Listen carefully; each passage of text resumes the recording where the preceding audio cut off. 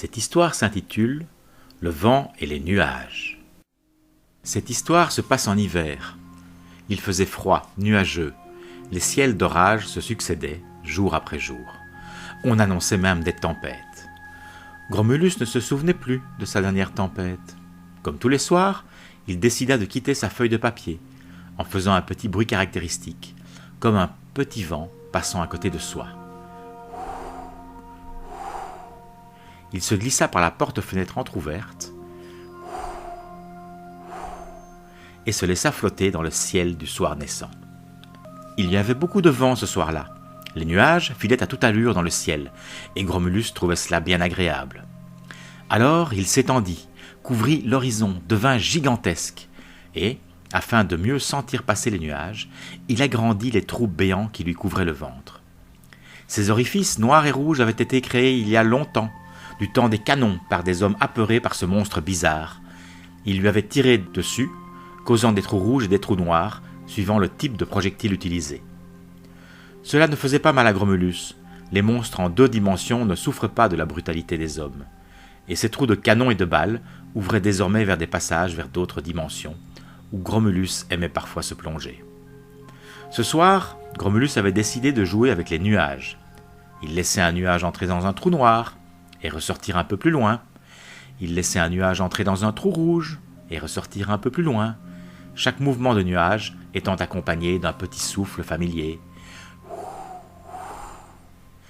Les heures passaient, quand soudain le temps commença à changer.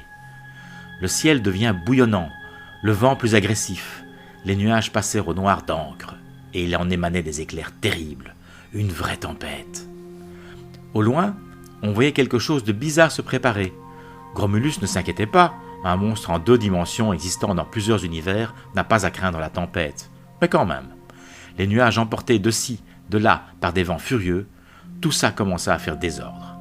Des nuages entraient par les trous rouges et ressortaient par les trous noirs, ou entraient par des trous noirs et ressortaient par des trous rouges. Un vrai chaos qui amusait beaucoup Gromulus. Il se sentait frissonner. Soudain, un nuage descendit vers le sol, vers un étang, et il s'y forma un énorme tourbillon qui menaçait de détruire villages et maisons. « Il faut intervenir », se dit Gromulus.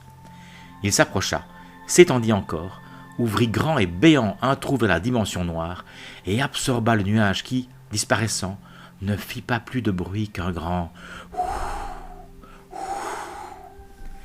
Le village voisin était sauvé, et Gromulus décida qu'il était temps d'achever sa sortie et de rentrer à la maison. Il s'était bien amusé et avait sauvé la situation. Une belle nuit.